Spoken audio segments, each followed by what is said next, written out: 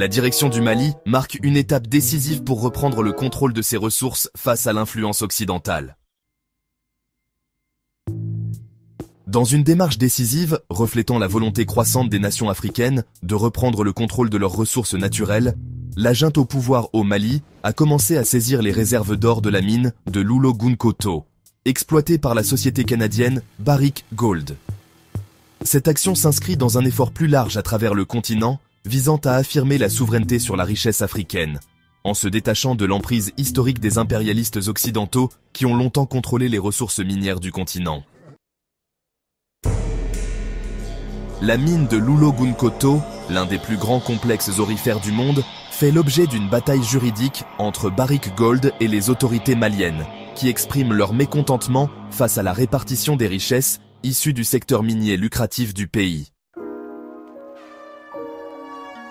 Depuis leur prise de pouvoir lors du coup d'État de 2020, les dirigeants militaires maliens ont promis d'assurer une répartition plus équitable des bénéfices miniers au profit du peuple malien. Dans ce cadre, les autorités maliennes ont émis un ordre provisoire la semaine dernière pour saisir les stocks d'or de la mine et ont commencé à appliquer cette mesure le 11 janvier 2025. Selon des sources, environ 3 à 4 tonnes d'or, d'une valeur estimée à 380 millions de dollars, sont désormais aux mains du gouvernement malien.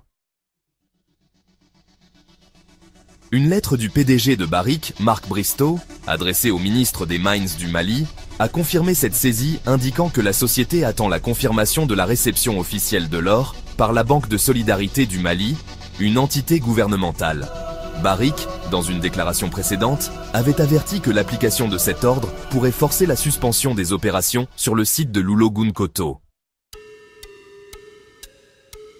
Cette décision des autorités maliennes est emblématique d'une tendance plus large à travers l'Afrique, où les pays remettent de plus en plus en question les pratiques d'exploitation des entreprises étrangères. Des dirigeants comme la junte malienne interrogent les accords historiques qui ont permis aux multinationales occidentales d'extraire des richesses considérables d'Afrique, tout en laissant aux nations hôtes une infime partie des bénéfices. En reprenant le contrôle de ses ressources, le Mali envoie un message clair. Il entend suivre une nouvelle voie où les ressources africaines servent au développement africain. Pendant des décennies, le récit de l'extraction des ressources en Afrique a été celui de l'exploitation et de la dépossession.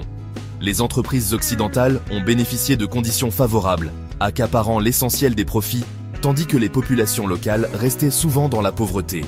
Ce schéma, enraciné dans l'héritage du colonialisme, a suscité de vives critiques de la part d'une nouvelle génération de dirigeants africains déterminés à y mettre fin. L'importance des actions du Mali dépasse ses frontières. À travers le continent, des nations comme le Burkina Faso, la Tanzanie ou encore le Zimbabwe réévaluent également leurs accords miniers, renégocient des contrats et exigent de meilleures conditions des investisseurs étrangers. L'ère où les nations africaines étaient des récipiendaires passifs de l'exploitation étrangère semble toucher à sa fin.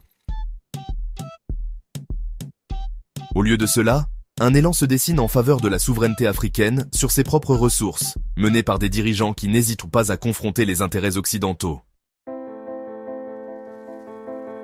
Alors que la saga de l'or du Mali se déroule, elle marque le début d'un nouveau chapitre dans la relation de l'Afrique avec les puissances mondiales. Un chapitre où les dirigeants africains sont plus déterminés à reprendre la richesse qui leur revient de droit. Cette initiative audacieuse de la junte malienne, bien que comportant des risques, souligne la détermination du pays à se libérer des chaînes de l'impérialisme et à reprendre le contrôle de son avenir.